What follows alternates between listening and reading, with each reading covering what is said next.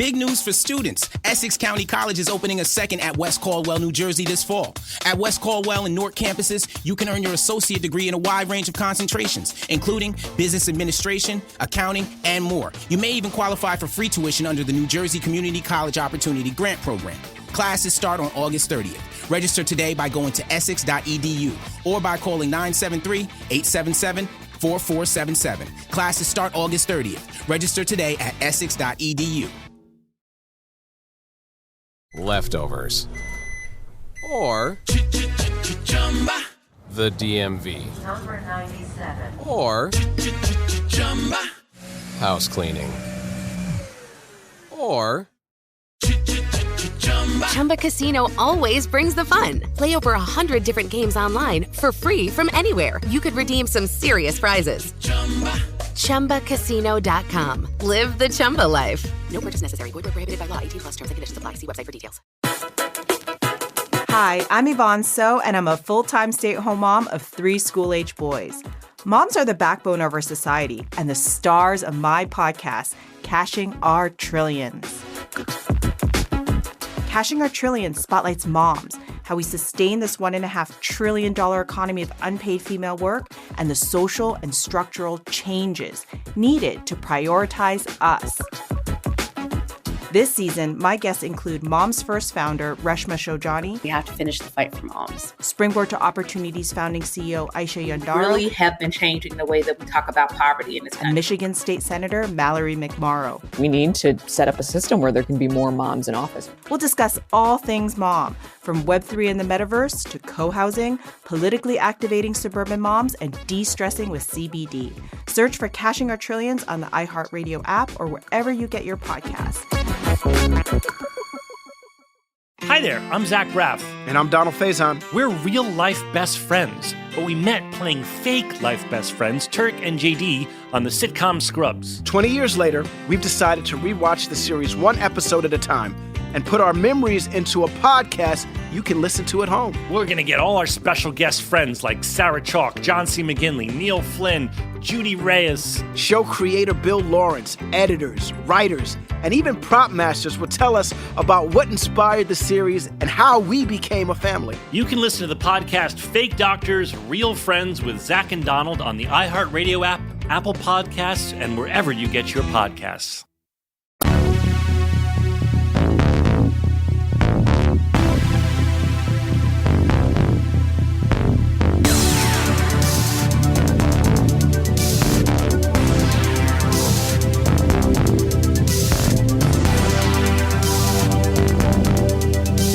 What's up, everybody? Welcome to 100 Words or Less, the podcast. I'm your host, Ray Harkins, present and accounted for in regards to the documentation of independent music in the form of an interview.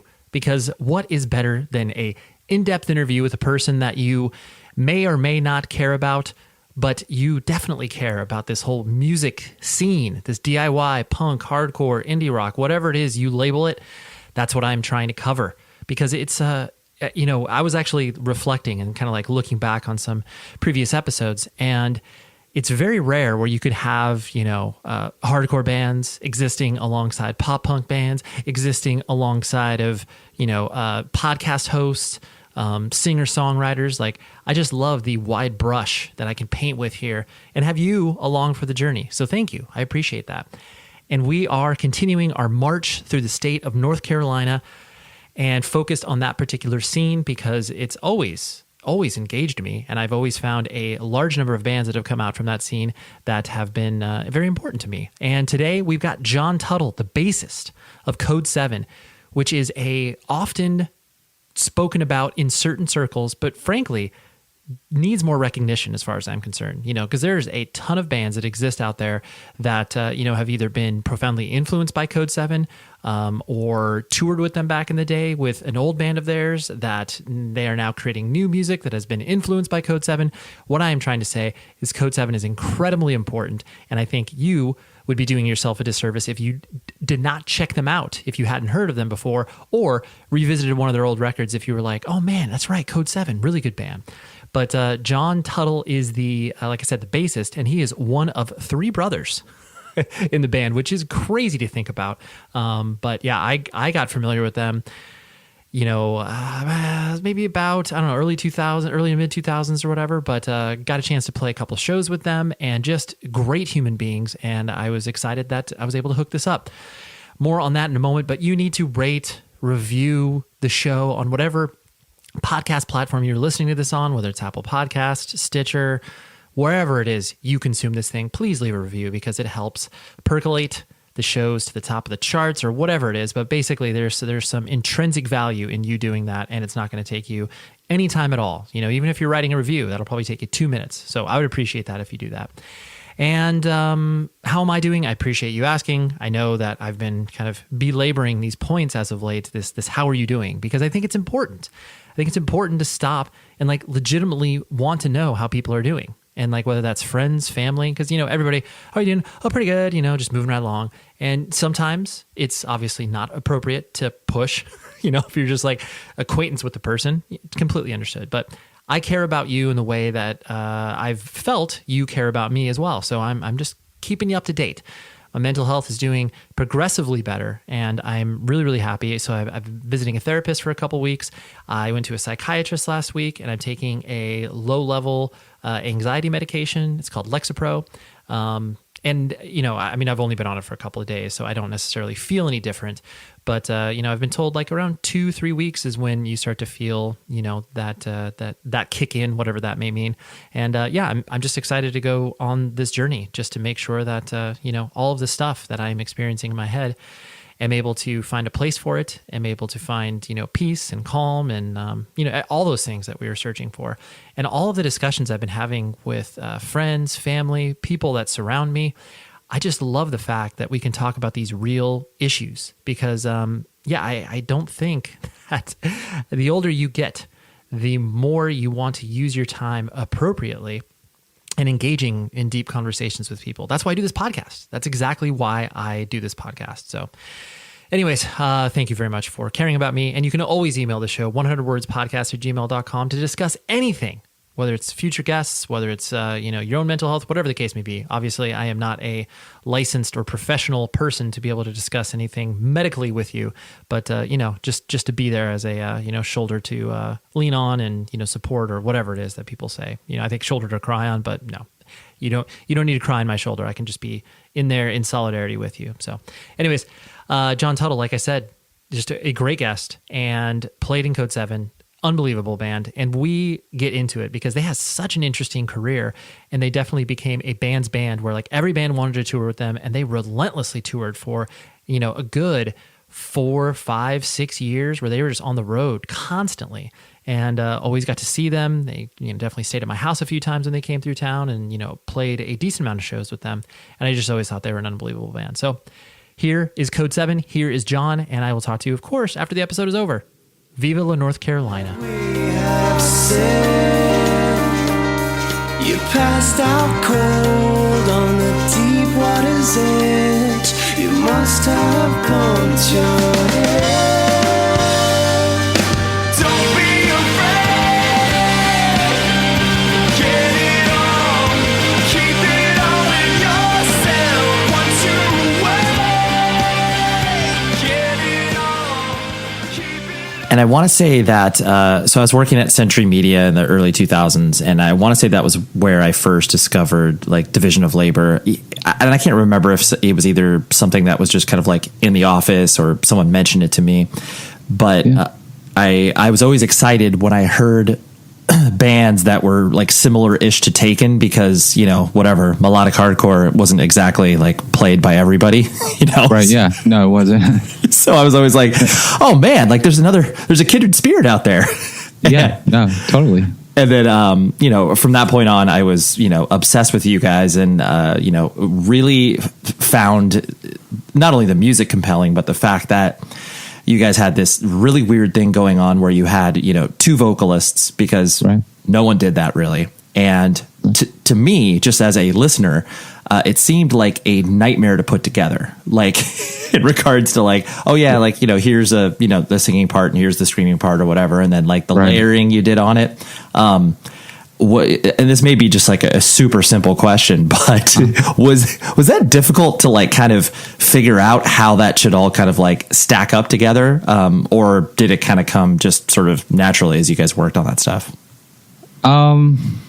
Yeah, we planned a lot of that stuff in advance, for sure. A lot of the stuff on that record, the in-between parts, especially, like, we recorded that with Kurt Ballou at God City, and I think he didn't want to, like, I think there's a lot of interludes or stuff that's kind of chopped and pasted together type thing that I think we did that in mastering, some of those samples and stuff that we did. But yeah, we definitely, that was the first record where it was like, we really wanted to go in and have it all figured out, like, to, you know what I mean? Like, more than just like, okay, there's a song, but we wanted to go like over the top, you know, overdubs and, kind of go crazy with experimentation and whatnot. But we kind of knew going in, because we didn't have a lot of time to do that record. But we planned it way in advance before going up there. So it's pretty well planned out. Sure.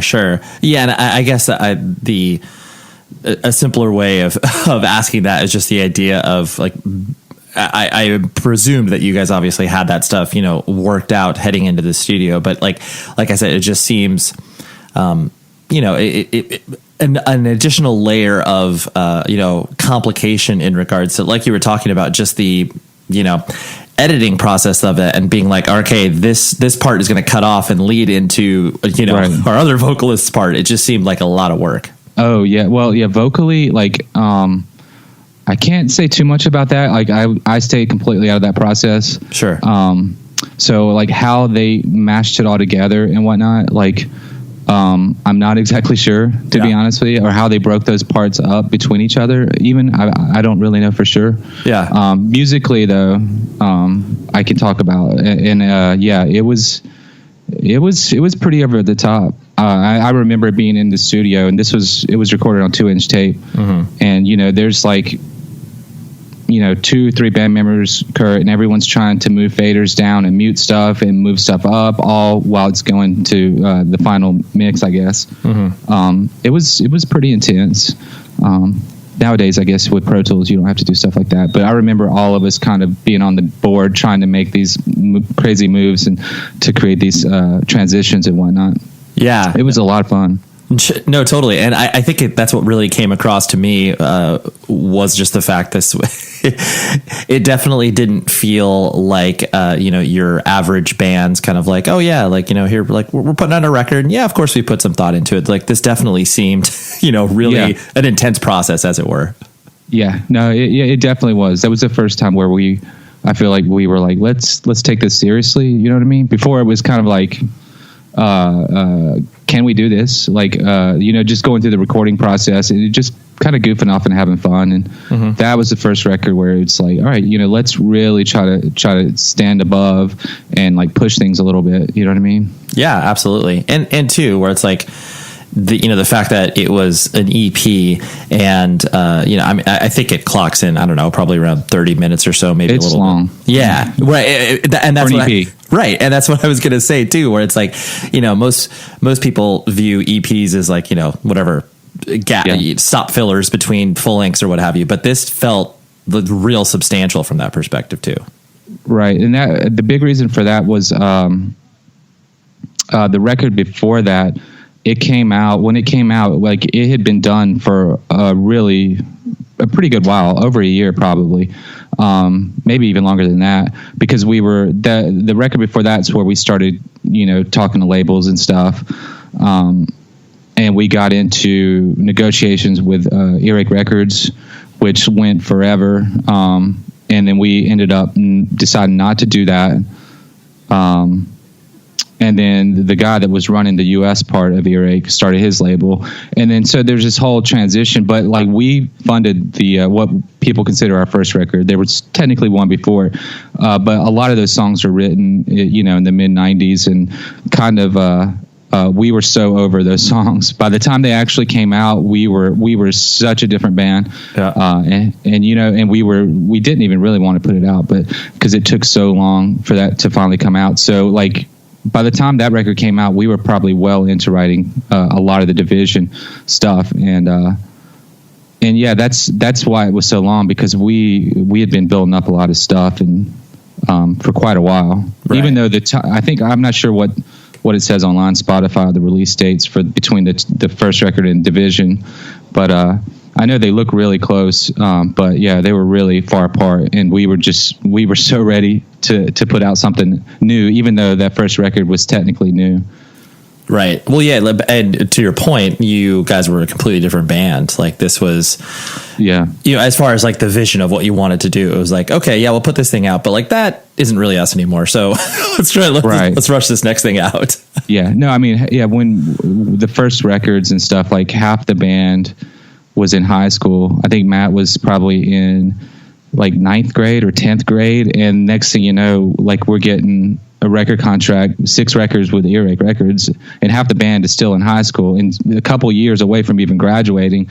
And that kind of really threw us for a loop, because we weren't expecting anything. We had no plans. We just wanted to, just get together and write and play music. But it was all for fun and whatnot. And that kind of threw everything in a whirlwind. And it was a little too much. Like we were pretty scared of the idea of being on a big record label, because we were metalheads growing up. I've got Earache Records, I know all about them, and that really threw us for a loop. And we were half the band was really young when we started. So I think Division was when everyone was out of high school at that point, and it was like okay, let's get serious about this now. Yeah, no, for sure. And we'll circle back to that, but I kind of wanted to focus on, you and your upbringing within, I presume, you and your brother born in North Carolina? Yes. Okay. Yeah. And so, I imagine that most people, I mean, at that time, it's not like, punk, hardcore, and metal had like completely infiltrated that area. Like there was a general awareness, but like, what, I guess, how did you get kind of exposed to that independent style of music? Yeah.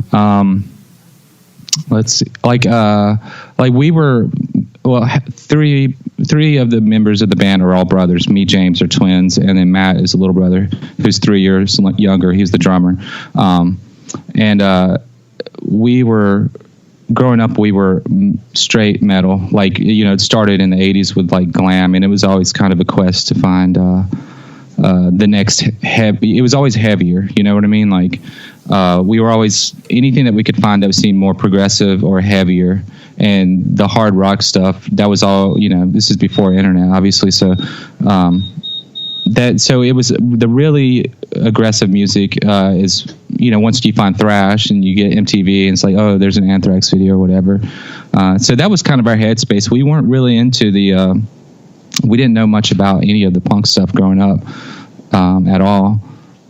And then, in high school, we were still like, it was like, Dream Theater and Carcass, and that's what we were still listening to even in high school. And I think in 11th grade, we went and took a class for music production, and it's where all the schools within the city would come together. And that's where I first met some kids who already had bands.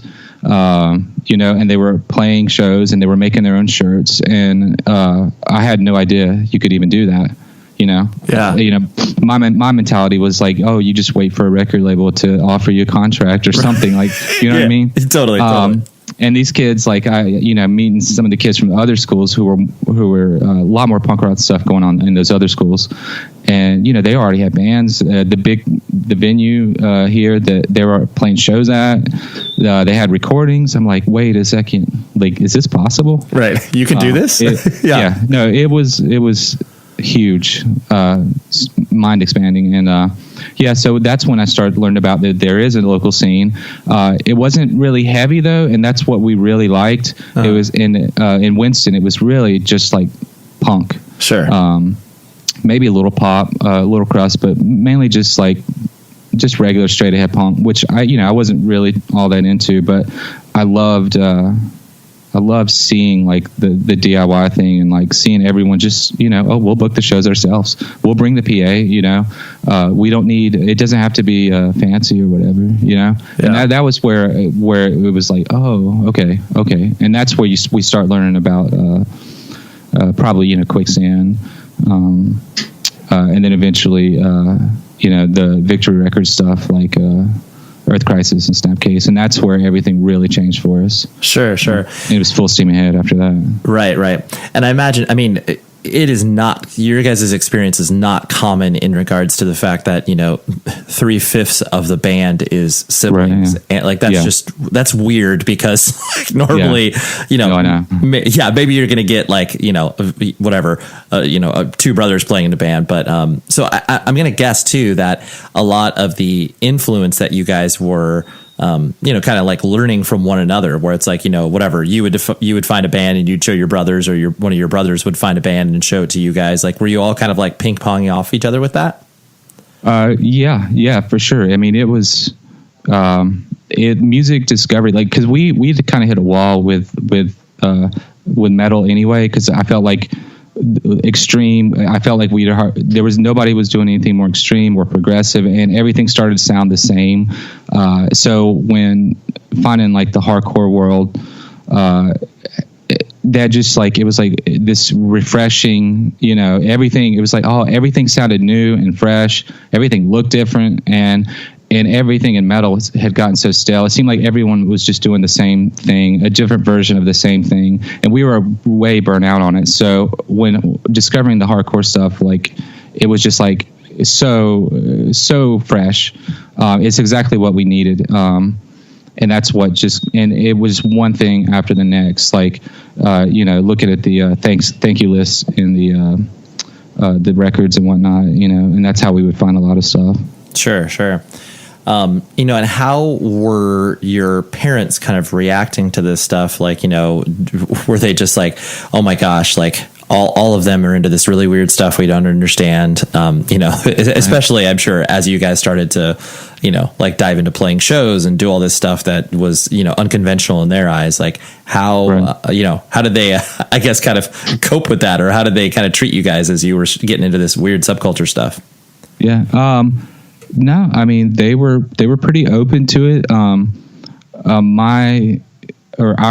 Most of the band grandparents, like they were in like a gospel band and stuff, and then they would go around and do shows every weekend, and they would play churches, and we as kids, like as far back as I can remember, like on Sundays you would jump in the van. They had a van, you'd load up the PA and load up all the gear, and we would help them load and unload. They would do their show, and then they never left the region. You could always drive and get back the next day. There was never any overnight stays or anything, but like as far back as we can remember, like we're going to these shows, not necessarily something I would want to listen to, but the process and everything was there since we were babies.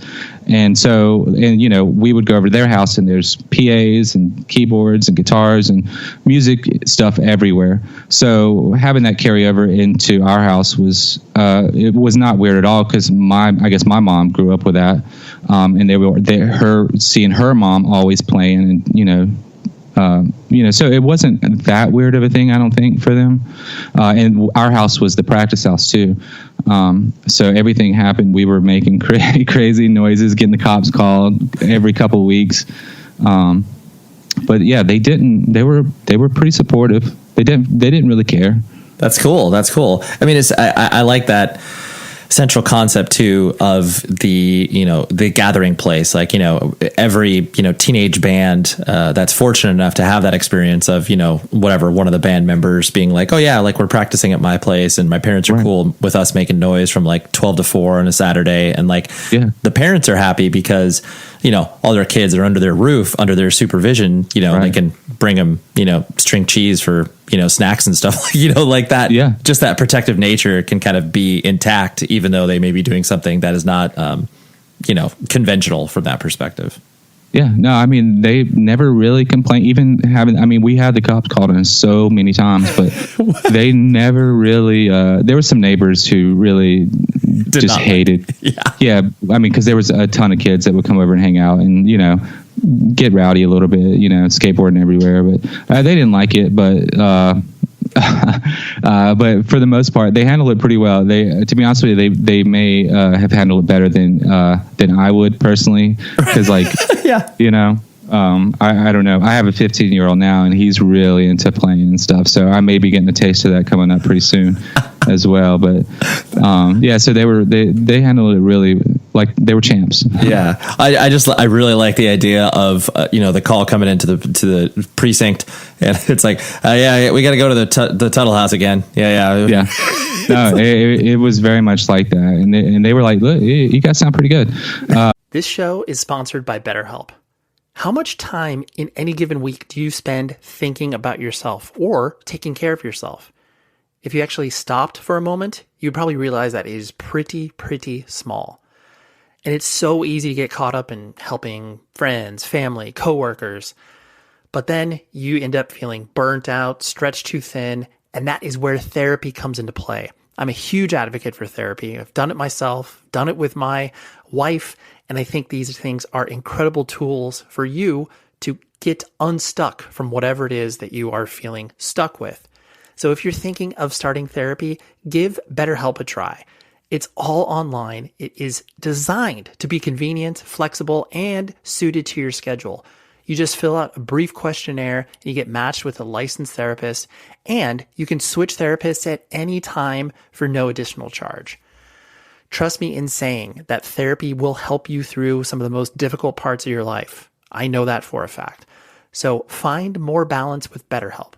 Visit betterhelp.com/Ray to get 10% off your first month. Hey, that promo code's my name. That's great. That's betterhelp.com/Ray. Give therapy a try and get unstuck. At Manasquan Bank, we believe in putting our clients first. That means offering competitive rates, convenient digital banking options, and exceptional service.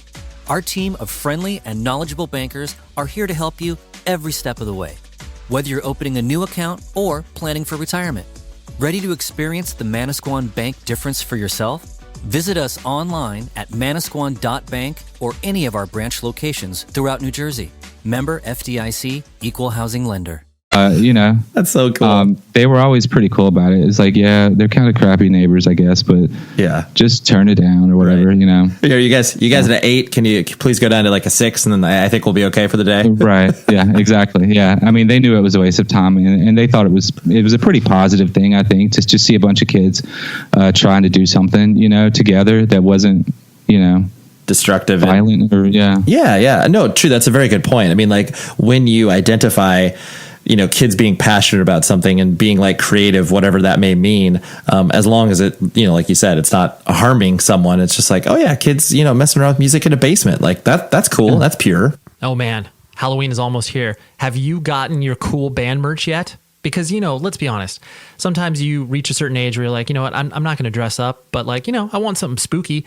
Rockabilia is the best place to find your spooky-ish band merch, whether that's Misfits, Ghost, Iron Maiden, whatever it is you're into. They have the officially licensed stuff, and use this code PC100 words. That's the number 100, and it gets you 15% off of your order. That way you are geared up for the Halloween holiday and frankly, the actual holidays like Christmas gifts. That's right around the corner. So you need to start thinking about that. And what I love about the company, independently owned, great people, fast shipping, amazing customer service, like top to bottom, they know what they're doing. And they've been in business for, I want to say like 20, 30 years. And it's officially licensed stuff. So the band gets paid on every single piece of merch that's sold. And plus, they got everything you could possibly want, from beanies to long sleeves to hoodies to posters to, I'm fairly certain they have like scarves and like neckerchiefs.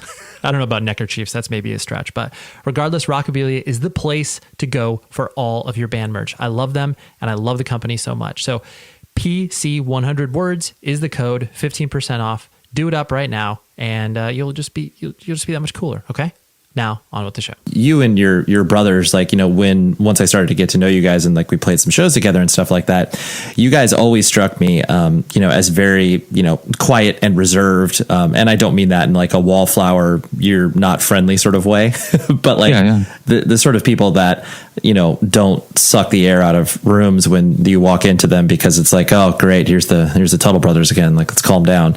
We're not like that. We stay in the back and prefer to go unnoticed. Okay. Yeah. That's kind of our style, I guess. Right. Have you guys always kind of like collectively sort of, been that, or was there a time where, because I mean, especially coming from a twin perspective, I'm sure that there's that idea like, okay, I got to have like my lane and like carve my own identity out from that. How did that process kind of go for you guys? I mean, maybe like in a non-musical way, maybe a little bit, but I mean, like right now I'm talking to you, like me and James have a business together, and we've always kind of worked together in music, and even afterwards, that's what we do now. We work every day together. So like, we always were on the same page with just about everything. And so, no, there wasn't really a lot of that. Like there wasn't, as far as the twin thing goes, we weren't the type that would wear the same clothes or something like that and try to really play it up or whatever. We would try to go opposite of that, I guess. But we always like just try to kind of fit in and just kind of stay unnoticed, I guess, to a certain extent. Like attention is something either one of us really likes too much. You know what I mean? Sure. Yeah. Right. Yeah. You were like, we enjoy doing what we're doing, but we don't have to have a bunch of people paying attention to whatever it is that we're doing. Yeah. It's usually for ourselves, for the most part. Yeah. Like whatever we do. Sure. No, I understand. And kind of on that same tip, like, did you, as you guys were graduating high school and stuff like that, like, what was the sort of life path, as it were? Like, were you going to follow in your parents' footsteps? Like, what was the idea? It was, college was not something I ever thought about at all. And if I was going to go to college, I was going to have to pay for it myself. And I wouldn't have known what I wanted to do. And so the band started almost immediately after me and James graduated high school. And we met Jeff, who had just graduated as well. We're all through the same age. And he, I guess, didn't have plans for college either. And so we were just like, we had all this time working a little bit, but it was just like, okay, like, let's actually try this now. So it was pretty much, I think we all were pretty much like, as soon as we get out of high school, it's just like, let's really try, and to put a band together and like actually write songs. And, cause Codeseven is basically our first band. Like, there was not really anything before Codeseven. And I almost only band, to be honest with you. It was pretty much like, get high school out of the way for us, and then we'll try to put this thing together. And then Matt, who's 3 years younger, so he's still got a lot left of high school left, but he was into drums and we weren't, and we had access to drums growing up, so he eventually learned how to play. So it was like, well, let's just do it for all three of us. It was basically like, at least for me and James, it was like, let's get through this finish line of high school, and then just like, let's just do band stuff, Sure. Right. It's like and so I guess your brother basically was still in high school as you guys started to, I guess, play out and tour and stuff like that, or was he able to kind of graduate before you guys really started to hit the road pretty heavily? Yeah. I mean, like, the first record and Division, we weren't doing, it was a lot of like long weekends. Mm-hmm. I don't think we did a full US tour until like 99 or 2000. So he was probably just finishing high school when we did that. So when the touring really kicked in, I think everyone was definitely out. Got it. And like you mentioned, Codeseven is essentially your first band. Like you guys didn't have, those first attempts at. Well, I mean, I guess technically you could look at the evolution of Codeseven being like, well, yeah. You're Totally. like, oh yeah, we didn't know what we were doing at the beginning, and we kind of knew a little bit more a couple of years in or whatever.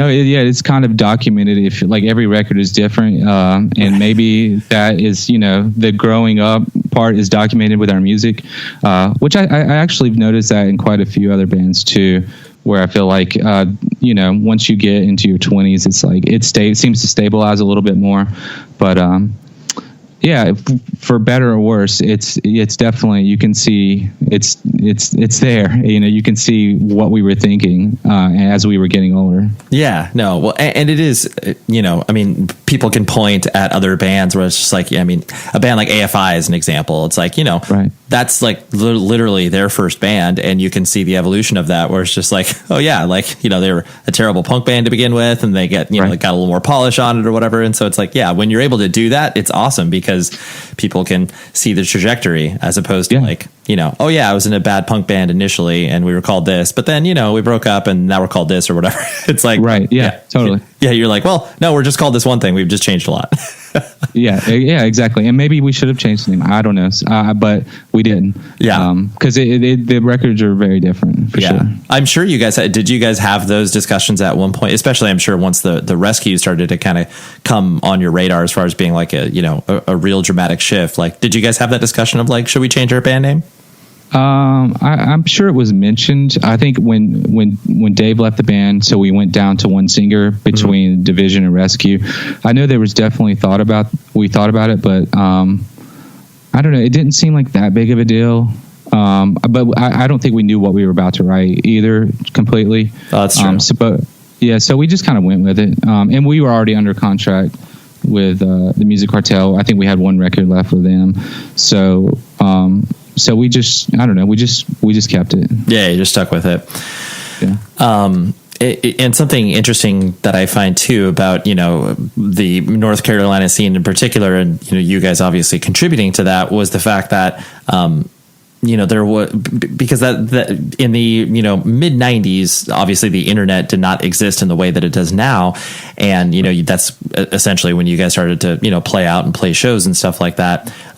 Did you, I guess, kind of notice, fellow bands start to kind of pop up like that? Not that really existed in the same sort of sonic template of what you guys were, but like, did you kind of start to feel like a scene started to emerge once you guys started to play shows out, or was it always kind of just like, well, we're whatever show we can play, like we'll do? Yeah, I mean, no, there was, I feel like, there was definitely, I feel like every town that we would go to in the early days, it was, there was definitely a scene. It may have been really small, but, it's like, there was definitely, there always seemed to be a scene. It wasn't necessarily very big, and maybe it was just a house show. You know what I mean? A lot of VFW halls and house shows and stuff like that, but there was always, I felt like everything that we were playing was related to the same scene, and everyone listened to the same music, I think. But it was, in those early days, like for every little city, it could be just, 20 or 30 people. But, it was definitely, I felt like everything was, I mean, we obviously did some shows, like especially like in the New York area, where you would play with more bands that were maybe like almost new metal-y or something, especially in the 90s. But yeah, it seemed to be like, it's the type of thing like, oh, you listen to blah blah, well, we have to be friends, because like nobody really knows about this band, and if you know about them, then we're probably a lot alike, and you just kind of, it's just, well, we're friends now. That's just how it works. Totally. And it seems like every city you went to, it was like that's who you were playing with, like people who knew about the same music that you were into. Yeah. No, for sure. That makes total sense. And something I know you mentioned, and has been well documented, but is an interesting thought process where once, you guys started to have label interests, like, from Earache, like you said, but the idea of signing with a record label for, 6 or 7 records was so daunting and overwhelming for you guys that it was like, well, I don't know if we want to do this. And, I guess kind of walk me through, like you said, that you're not anticipating anybody paying attention to what you're doing. Right. And then all of a sudden some stuff starts to like pop off. You, like you said, you guys did feel overwhelmed by the, I guess, the business aspect of the band. Like, did you have these like really, intense band meetings where you guys were kind of like talking about all this stuff, or was it pretty, I guess, easy as far as like, okay, like, we know we can't do this with Earache, like, because of these reasons? No, I mean, like, no, we were ready to go with Earache, for sure. Like, we had, a lawyer in New York who was really, really good guy. And he was working on it. Cause we had, before our first record, we had a demo that we did ourselves as well. And that ended up in Earache's, hands. And next thing you know, like, they're calling, they're send us videos of you guys playing live, come up here and meet with us. Which we did. But we were huge fans of Earache, like, the Carcass and Tomb and all, Napalm Death. Like, we were listening to that, just a few years beforehand.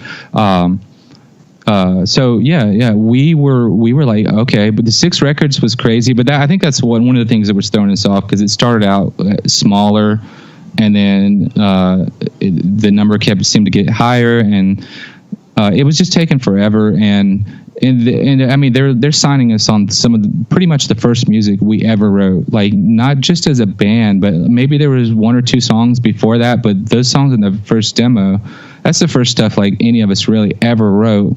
And that is about to get us a deal with Earache Records, which was kind of like, wait a second, like, I don't think this is how it's supposed to work. Half the band is in high school still. And it was overload. And you started to see a little bit of like a little bit of shadiness from Earache, how they were trying to adjust contracts without saying anything. According to our lawyer, anyway. Obviously, we didn't notice any of that stuff, but so yeah, we were just like, you know what, forget about it. And the guy that ran the U.S. part was starting a new label, and he was like, oh, we'll just do a couple records and it'll be chill. And we were like, well, that sounds like a better way to start. And that's what we ended up doing. But we were ready to go. I mean, I think it got to the point where it was like, okay, time to sign. And at the last second, something came up where they had changed something. They didn't say something about it or something. I don't remember exactly, but, and that's when we were like, you know what, we're not doing this. Just right. like, just cut it off. Yeah. We don't need this. Right. Yeah. Cause I mean, it is, and that time too was very strange for bands that existed in, the hardcore or hardcore adjacent scenes, because it was like, well, there were labels that obviously trafficked within releasing hardcore stuff, but then like, because you guys had this like additional weird element of, like having melody in the, it's like, people definitely had larger visions for it's, I mean, like another band, like Vision of Disorder, where it's like a lot of people were like, oh yeah, like this can be bigger than, just the quote unquote hardcore scene or whatever. Oh yeah, totally. And so, you guys for sure fit into that idea of like, oh, this can be larger than just, this whatever, guys screaming at one another or whatever. Right. But we were so like, we were transitioning or had already transitioned out of the metal stuff, like that kind of metal anyway, because it started to seem, everyone seemed like they were doing the same thing, and we were head first into hardcore, and we were looking through the Earache stuff, and the only thing that was like, well, we should do this is like Coalesce had done a split with Napalm Death. Yep. On that, and that was the only thing we could look at and say, well, they kind of, I guess, are kind of into it. They did something with Coalesce. That was the only thing that was actually the main thing that was like, okay, maybe you should do it, because we love Coalesce. And honestly, if that release wasn't even on Earache, I'm not sure we would have even considered it, because it seemed metal at that time seemed really stale to us and like dated, and like it felt like everything was like looking backwards too much, except for that Coalesce release. That was like, okay, well, maybe it'll be all right. Yeah. I'm glad we didn't do it though. But. Yeah. Yeah. I mean, it's tough to even like view what that would have looked like through the lens of like, you know, how that could have ping ponged I mean, most likely it would have just put you guys on tours that would have been really, really difficult for you guys, you know, as opposed to, you know, with the Music Cartel, like, even though it was a random label for you guys to like work with, you had the relationship there. And, you know, it's clearly like the only thing that could be remotely attached to the style of music that you guys were playing. 'Cause like every other release was obviously, you know, stoner rock. Yeah. And that's the thing, which is really weird because like, we didn't like Music Cartel hadn't really formed yet when we I'm not sure if we were the first band to sign, but we're really close. So it was like the guy that runs Earache in the US, like, or the general manager for Earache or whatever, like he's starting a new label. So we assumed, you know, we knew he was the guy. I think he was the one that signed Sleep to Earache, but you know, we assumed it would be kind of similar to like more of the heavier stuff, you know, so with the Lucky Land Slots, you can get lucky just about anywhere.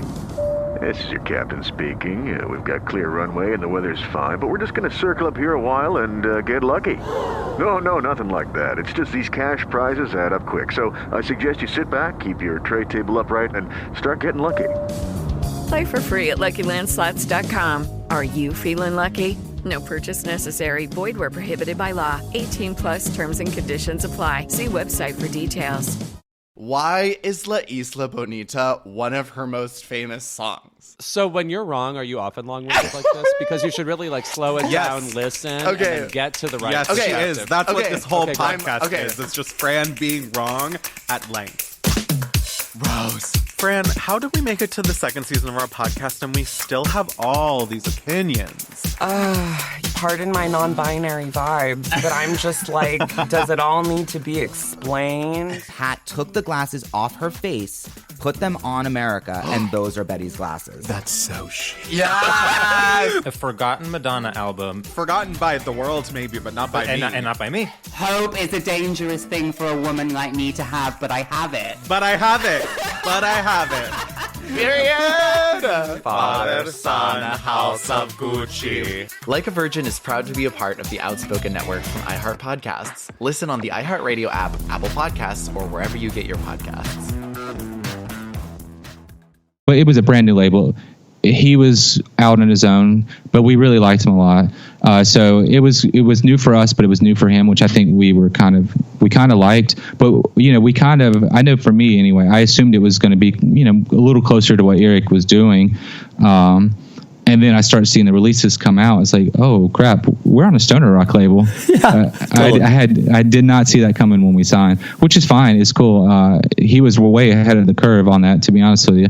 But yeah, when we signed, we had no idea that was the label that he was planning on building. Yeah, it was just something new for him, and it was new for us, and it seemed like a baby step, and we were way more comfortable with that. In a world where everyone is confined to their homes, society begins its largest bin watch to date. In the hallowed library of Hulu, or perhaps on a shelf of DVDs you haven't looked at in a decade, is a show that perfectly encapsulates life in the early aughts and launched a friendship that would inspire millions. Hi, I'm Zach Braff. And I'm Donald Faison. In 2001, we starred in Scrubs, a sitcom that revealed a glimpse of what it was like to survive a medical internship. As Turk and JD, we explored guy love. Nearly 20 years later, a lot has changed. We're not Supermen, but we're still best friends. Given the mandatory lockdown, there's no better time to relive the series that brought us together in the first place. And we're doing it with a podcast. That's right, people. We're going to bring friends and crew members and fellow cast members and writers. And guess what? We're going to even invite some of you to call into the podcast and ask all the questions you want of the entire Sacred Heart staff. Join us for Fake Doctors, Real Friends on the iHeartRadio app, Apple Podcasts, and wherever you get your podcasts.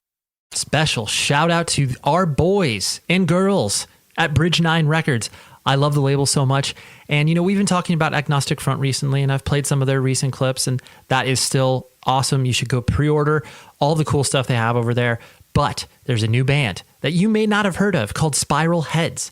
And they're from the New York, Boston area. But check out this lineup. People from American Nightmare, MGMT, Doomriders. And it has the whole sort of like damned Buzzcock scenario. Like basically it sounds like SST Records should have released this in the 80s. This thing blew me away. I didn't have any idea what this was until Chris sent me the MP3 and I was like, oh my gosh, this slays. So I'm going to play a little bit of it for you.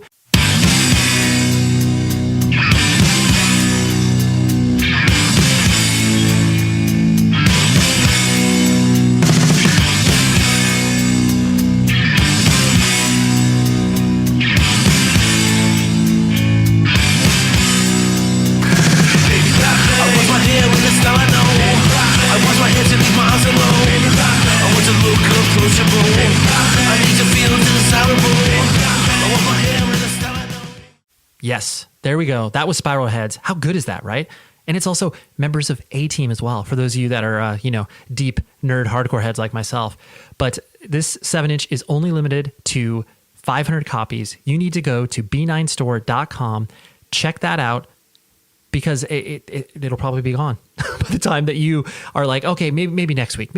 No, do it right now, okay? So just put down your podcast player, put down your phone, or not put down your phone, but maybe dive onto the website, okay? You can do multiple things at once. But Bridge 9 Records is one of my favorite labels around, and they're consistently putting out incredible music, including the Spiral Head 7-inch. And they also have the new Beach Slang full-length up for pre-order that's coming out in January. I am so excited about that. So thank you very much, Bridge 9. Visit b9store.com. Buy the Spiral Head 7-inch, pre-order the Agnostic Front stuff, pre-order the Beach Slang stuff while you're at it, okay? So do it all. Bridge 9 Records is the place to be. Now, here's the rest of the show. Because I'm going to presume, and this is just sort of anecdotally speaking from like the stories I heard about, that label kind of existing, was that, there was a... budgets were solid. Like it was basically a larger independent label that obviously had the sort of, upstart nature of being like, oh yeah, well, this isn't a label that's existed for, 10 years or whatever. This is like brand new and we have some funding and stuff like that. So I guess, did you guys feel supported from that perspective? The budgets compared to like an Earache were not even remotely close for what we would have gotten. Okay. But, yeah, but like he, I think he had Caroline distribution when the label was getting going, and he had all the contacts, and I think maybe took a person or two from Earache. I'm not sure, but yeah, we knew he had the distribution in place, which was the big thing, and we knew he had the know-how because he's already doing it for a really big label already. So it just seemed like, but it was new for him to actually run the whole thing and start it from the ground up. But because he had the distribution in place and some expertise, it seemed like a good fit for us. Sure, makes sense. And as you started to get out and tour and obviously get some momentum from that perspective, did you initially like touring? Was that something that you were attracted to right away, or did you have to kind of like learn to find aspects of it that you enjoyed? No, we loved it for sure. Like being that young, you don't really care, and it was our college. I feel like in a lot of ways. Where you just jump in the van and for the first time you have freedom, because everyone was still living at home with the parents when all this started, and that was our getaway, to learn a lot about life. We did it together in a van, and it was amazing. Like I wouldn't trade it for the world. That's awesome. That's cool. Yeah, it is. The only reason I ask that is because certain personalities are definitely more tailored for touring, and when you're younger you don't care because just that sense of adventure can kind of last you for a little bit, but for some people it's definitely like, oh, this wasn't exactly what I thought it was going to be. Oh right, yeah. Not like the idea of like, oh yeah, like I expected it to be on tour buses or whatever, because clearly that's not the case, but just the idea of like, oh man, like it's pretty exhausting, being around people 24/7 or whatever. And just like that sort of, mental health component of it. Right. No, we were, we got along great. It definitely, it could drive you crazy, I guess. But, we were the type of band that, if there's a show 10 hours away, but looks like it'll be good, but then that's all we got, then we'll drop 10 hours to do it. And it always made sense. Even and a lot of times, most of the time, to be honest with you, we never really made any money, but it was all going towards like, this overall goal of trying to just let people hear the music. And it always seemed worth it. A 10-hour drop to a show and then 10-hour drive back right after you get done playing. And we would totally do it. As we got older, obviously, in the later years of Codeseven for sure, that's when it got harder, not necessarily because of being around each other a lot, but just like financially, it's like, oh crap, I'm an adult now. Somewhere along the way, I turned into adult. I have responsibilities. Kid is on the way. Oh crap, this is getting a lot harder to do. And those are the types of things where when it got hard, when the responsibility stuff started kicking in. And that's, and that definitely pretty much wore the band down, to be honest with you. So in that respect, but it wasn't, if financially it was working out for us, we probably would have kept on going. You know what I mean? It wouldn't have been like we can't handle each other. Maybe a little bit towards the end. But yeah, it was more, it's like, oh, we're an adult now. We have these responsibilities and it's getting harder to do those things.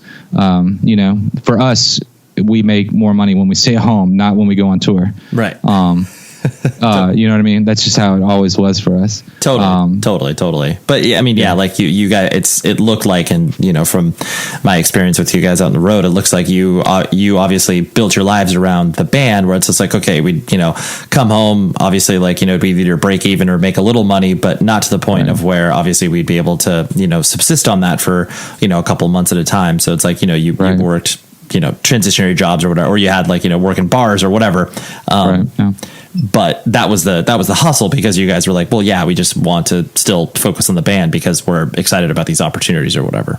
I mean, it was our business for the most part, and we loved it, and we were willing to do anything for it. And sleeping in a Walmart parking lot, it was whatever. You know what I mean? Like, that was just part of it, and everybody in the band for the most part has ended up doing, kind of their own thing and their own business. And I think all of us kind of had that mentality of like, this is our baby and we want to see it grow and we want to nurture it.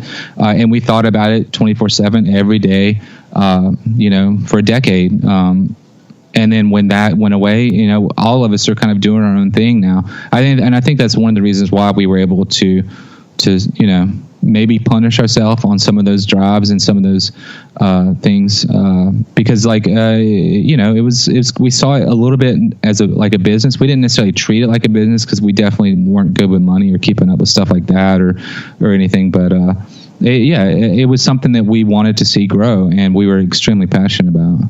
So yeah, we toughed it through a lot of stuff. Yeah, absolutely. And you guys, and I know this statement has been, echoed back to you many times, but you guys were, in my opinion, the definition of a band's band, where, you guys got a lot of tour opportunities, not only because people enjoyed being around you guys, and you guys were, what I like to call an easy hang, where it's like, oh yeah, Codeseven, dude, yeah, they're all cool guys, man. Right. It's fun to hang out with. But on top of that, bands loved watching you guys play every night because the music was either, a departure from the usual package tours that existed or whatever. Right.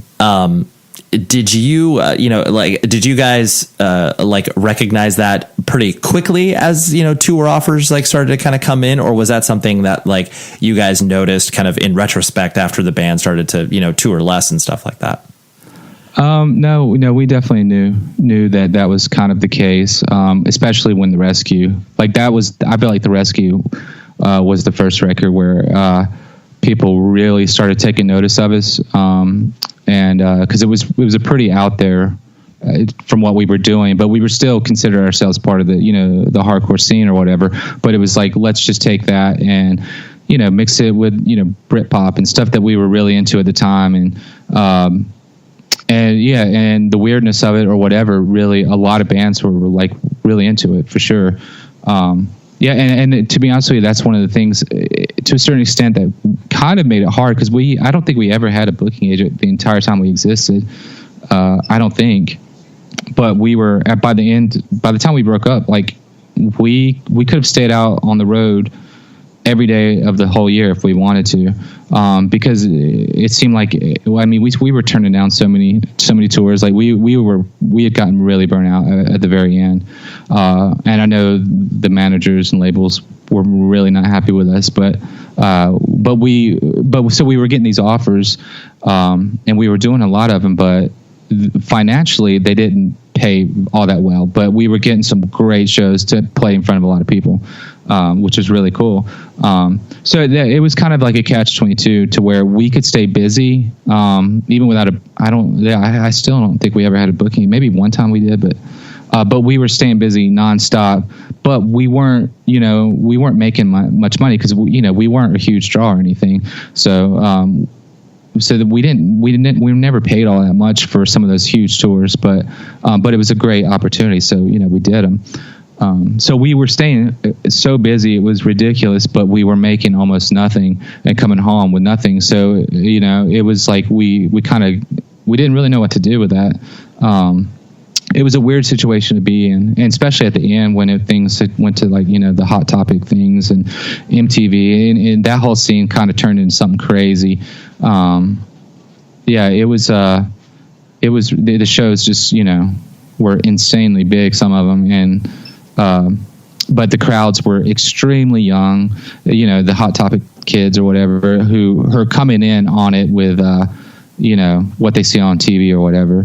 And we were way too weird. A lot of the tours that we did, we were way too weird. Sure. We were the creepy old dudes, I think, for a lot of those little kids. Sure. So we were playing for a lot of people, but we weren't really selling a whole lot of merch or anything. But it was a lot of fun. But it was kind of a catch-22 because we were staying busy, but we weren't making a lot of money, and that really was wearing the band down. Yeah. As we were getting into adults, and I've got a kid. I started missing tours at the very end because I now have a son, and this has taken up all my time, which is great, but I'm not able to pay my bills once I get home, because the kids aren't buying the merch because we're this random weird band that they don't care about. Yeah. Sure.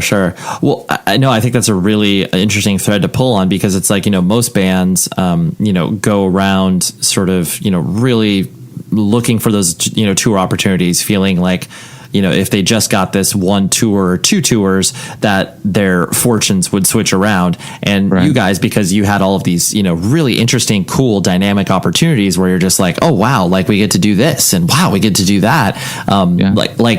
That was exciting. And so I could easily see that sort of carrot scenario of oh man, well maybe this next one will change it for us or whatever, or right. But most bands don't even get to have that opportunity. So you guys, I'm sure you were having those conversations in your head where it's just man, yeah, we can stay busy for the next 12 months or whatever, but is any of this going to change anything? Right. Or whatever? So I that's a weird scenario to be in.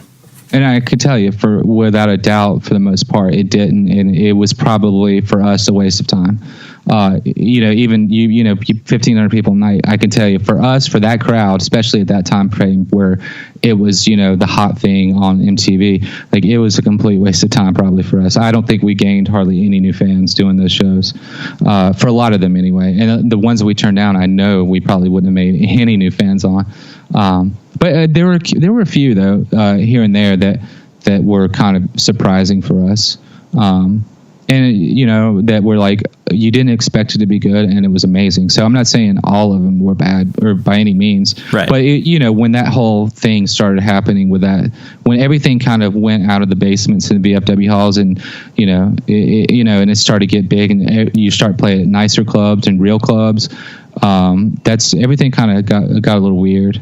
I'm glad I got to see it and experience it, kind of get caught up a little bit in it. You know what I mean? But yeah, it definitely wasn't, we weren't writing music for those kids at all that were, filling up those huge venues. Yeah, for sure. No, totally get that.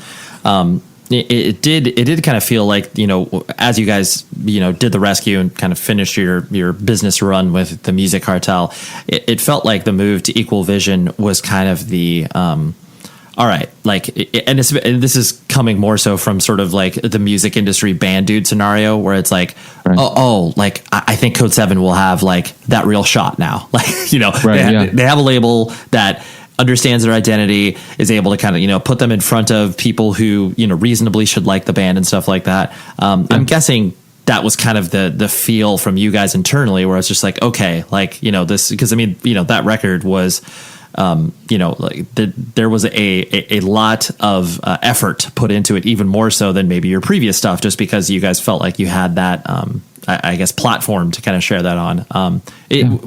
Am I reading too much into that, or did you guys feel like that was like the larger platform that you could, you know, maybe change things with? You know, I think, yeah, for sure.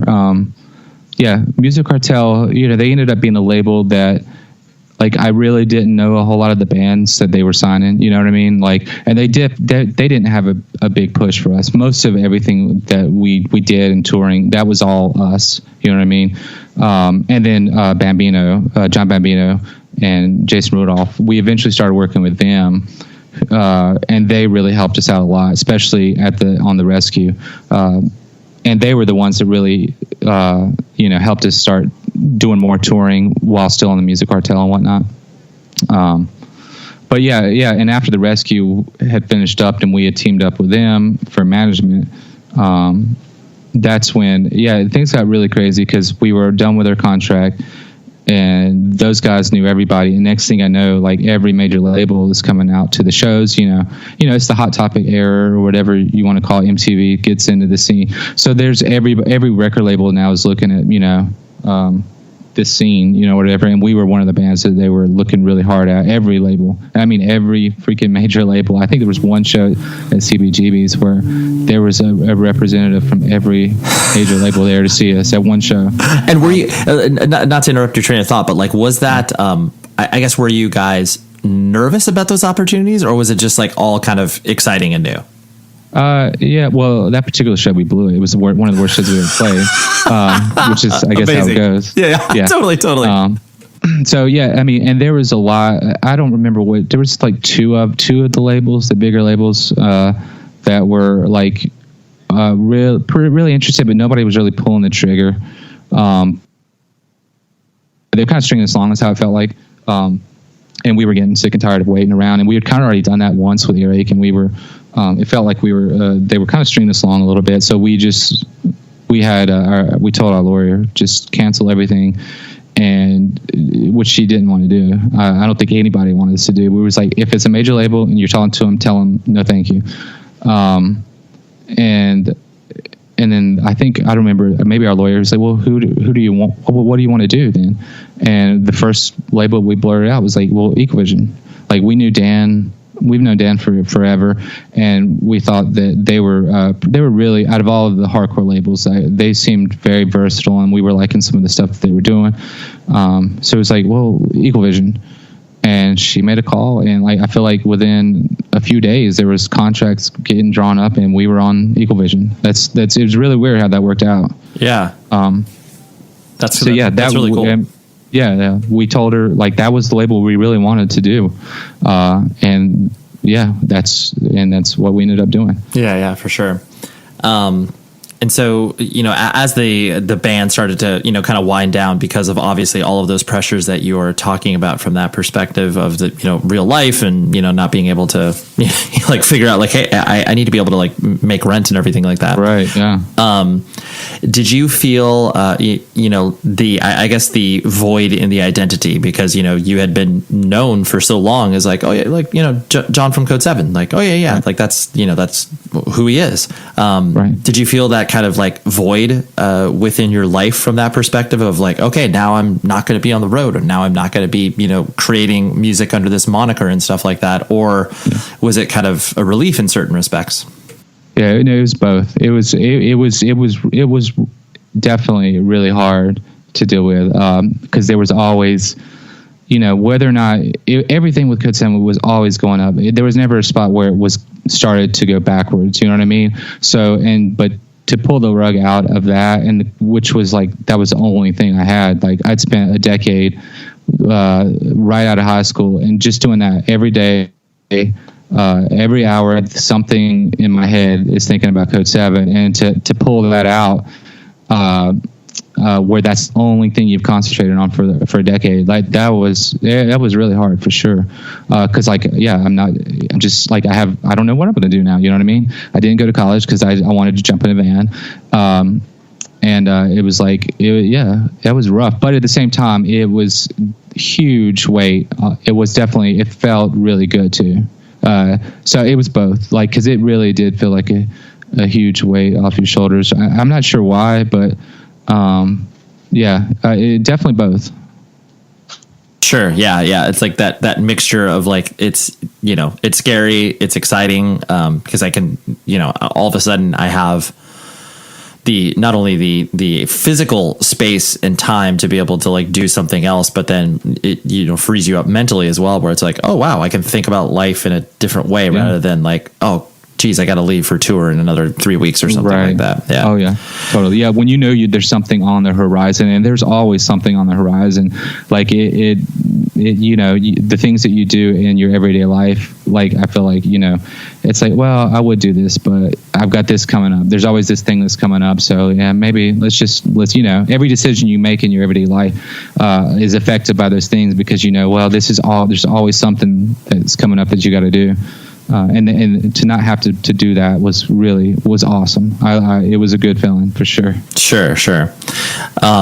And so, I mean, you mentioned you have a 15-year-old son, and, towards the end of the touring experience, like, you were not participating, because obviously you wanted to be present in your son's life. Right. Yeah. And so as stuff started to kind of like boomerang back around with Codeseven, when you guys, did the reunion show and, you did the tour with Circa and stuff like that, were you, and maybe this is just more so specifically to you than obviously the rest of the band, were you scared that thing was going to kind of like, come back into your life in like a pretty real and substantial way? Or was it always kind of measured like, oh yeah, we'll just do these two things and that's kind of it? Yeah. I mean, it actually almost did come back to life, because of that. With the, when we went on the tour, things were going pretty good, at the start of that tour, for sure. Everyone was feeling good, about it, and we kind of went in, it's like, yeah, maybe if things go good, we'll write a little bit and see what happens, you know what I mean? But sure. And I think we even stopped by Equal Vision on that tour. It was still pretty early on in the tour, and we talked to Dan, and it was like, yeah, I don't know, because we're still, I guess, technically under contract, because we only did one record with Equal Vision. We bolted. I don't even know how many records we signed with them, but I know we were Codeseven still technically under contract with them, and yeah, Dan was like, yeah, if you guys are really wanting to do this, like, so we knew there was an option. Equal Vision seemed like they were into putting it out if we were wanting to do another record. But by the time we finished the tour and it was over, we were like, you know what? Let's just keep this in bed. That's all it took was a few more weeks on the road, and it was like, oh yeah, now I remember why we broke up. Right. Yeah, we don't need to do this right now. yeah. I don't really want to get back into this mode. Right. But at the beginning of the tour, we were pretty into the idea, and it definitely kind of came close. But yeah, by the end, we were just like, let's just leave it dead. Yeah, for sure. And I know that like as people start to, I guess, kind of, matriculate out of like the band that they, were known for and stuff like that, and then, do other projects, because I know you guys did Telescreen there for a little bit as well.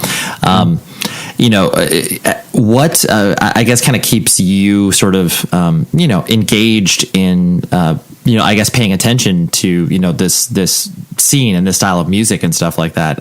Is that something that you, that's just kind of like hard boiled in you, or, you know, has your, you know, attention span kind of waned as you know, obviously have other obligations to kind of, you know, attend to and stuff like that? How's that relationship been, you know, for you, obviously, since you haven't, you know, been active in it as far as the touring capacity? Right. No, I still, for sure, I keep up with it. I think, right after the band broke up, I didn't for a while, and I feel like when the band was together, to be honest with you, like there was a lot of the new stuff that was happening that I wasn't even aware of. A lot of bands that were coming up that, because we were so into what Codeseven was doing, like we weren't really paying attention to what else was going on. You know what I mean? And then after the band, I probably did, and I wasn't. The scene in general, at least the parts where I feel like we ended up touring with, I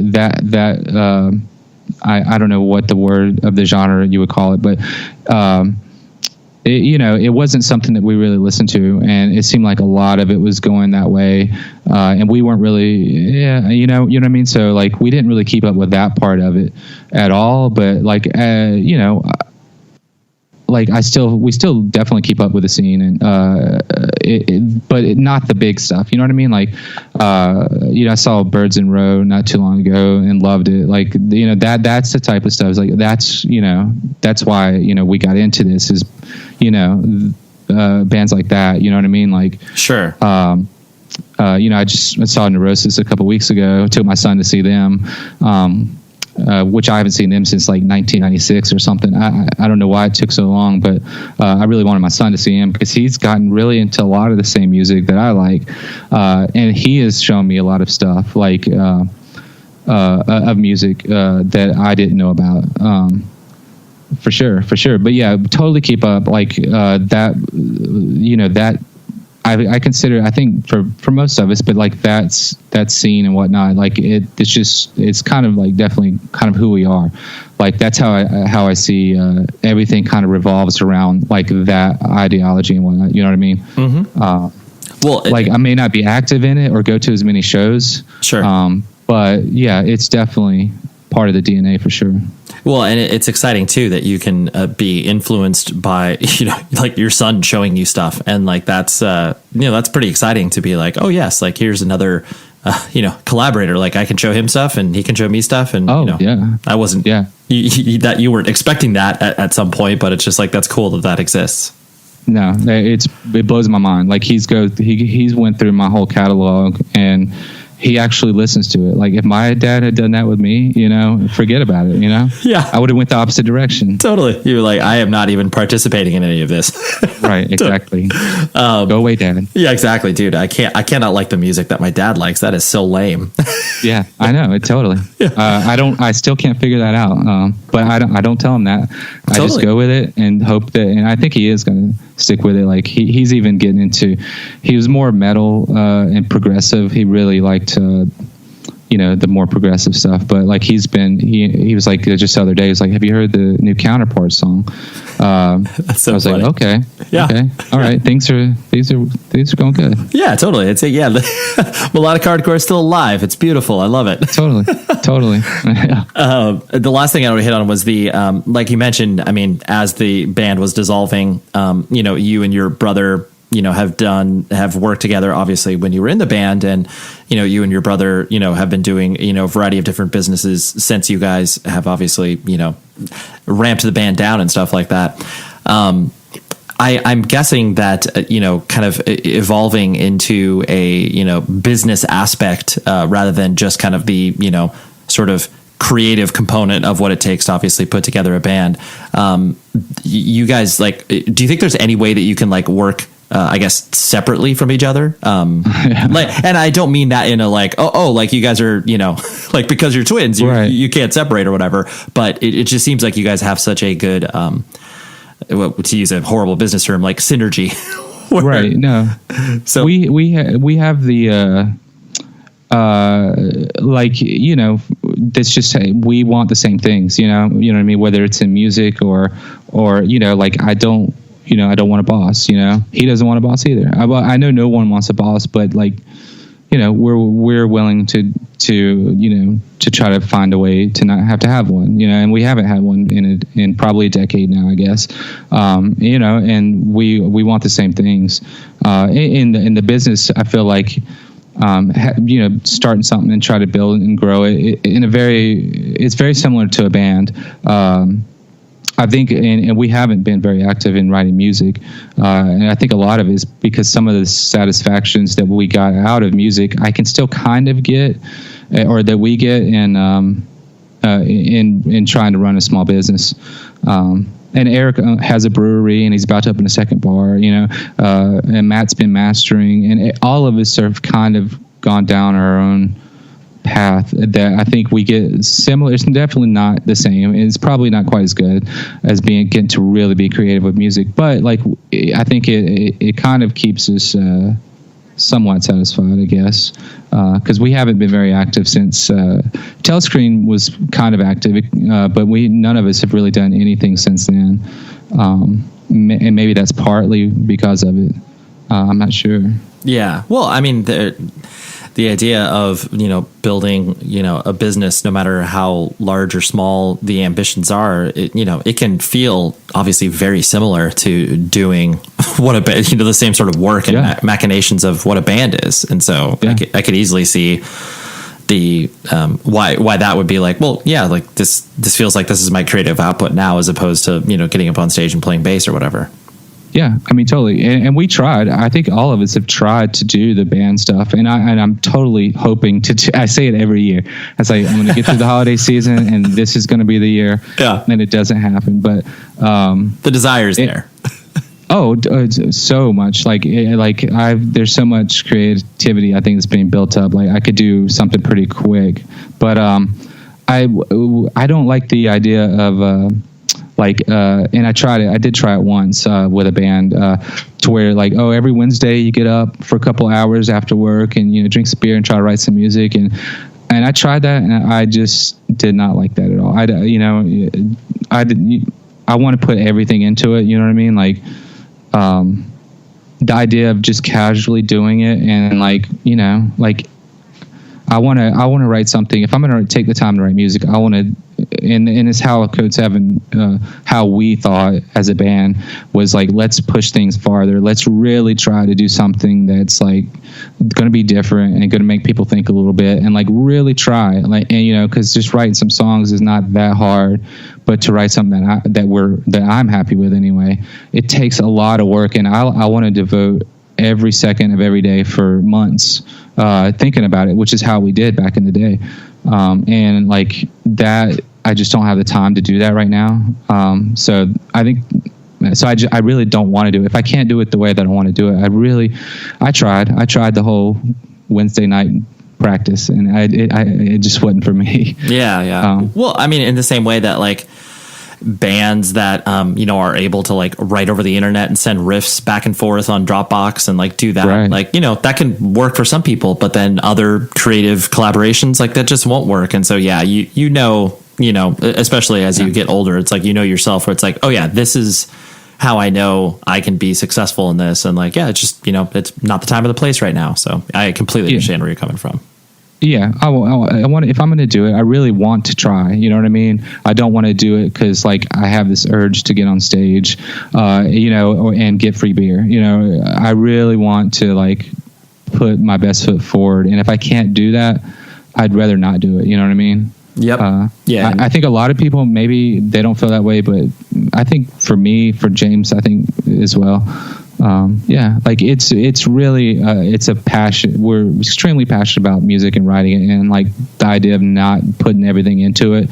I just don't really want to do that. I don't want to put anything with my name on it that didn't have everything put into it. You know what I mean? Yeah. Oh no, I totally get it. Well, there you have it. That is the definitive history as spoken by Jon Tuttle in his experience with Codeseven. But it was also just really nice to get to know him a little bit more because, like I said, played a few shows with him and his band. And sometimes these relationships develop very, very quickly. And then other people, it's cool, I get to know you and I hang out with you a little bit, but then, no follow-up after that. It's kind of, honestly, it's kind of like how people in sort of the entertainment industry in Hollywood, you do a movie with a person, you have a really intense experience, and then you don't see him again for 10 years. And that's kind of what it's like playing in bands, really intense experiences, and then you move right along. And that's not a bad or good thing. That's just, that's the way that life is. But next week is the conclusion of our North Carolina month. And we have Johnny Smurdell, who is the bassist from Beloved, and he also played in Advent. I adore both of those bands, and I was really excited to have Johnny on the show because, we got to talk about a lot of stuff that I was always curious about because, both, particularly Beloved, they had such an interesting impact on, sort of melodic hardcore and heavy music that a lot of people just, came and went really, really quickly. Only one LP and one EP. So that's what we got next week. And thank you as always to Bridge 9 and Rockabilia for supporting the show. And until then, be safe, everybody. Hi there, I'm Zach Braff. And I'm Donald Faison. We're real-life best friends, but we met playing fake life best friends, Turk and JD, on the sitcom Scrubs. 20 years later, we've decided to rewatch the series one episode at a time and put our memories into a podcast you can listen to at home. We're going to get all our special guest friends like Sarah Chalk, John C. McGinley, Neil Flynn, Judy Reyes. Show creator Bill Lawrence, editors, writers, and even prop masters will tell us about what inspired the series and how we became a family. You can listen to the podcast Fake Doctors, Real Friends with Zach and Donald on the iHeartRadio app, Apple Podcasts, and wherever you get your podcasts. Experience the meteoric rise and enduring legacy of legendary musician Little Richard, the king and queen of rock and roll, in a new documentary from PBS American Masters. See how a prodigy with deep gospel roots became a gender-bending, genre-defining icon who fought for the rights of black artists. With exclusive rare audio from Little Richard and interviews with Big Frida, Keith Richards, Ringo Starr, and more. Stream Little Richard, King and Queen of Rock and Roll on PBS.org and the PBS app. In life, there are limits, but for people who take pleasure in pushing the limits, the weather should never be one. At Windrider, they make lightweight and breathable outdoor shirts with UPF 50+ sun protection. Stay cool and comfortable in the hottest conditions with Windrider. Right now, buy 2 Helios long-sleeve sun shirts and get 25% off, backed by a 30-day money-back guarantee. Shop online at windrider.com/outdoors. That's windrider.com/outdoors.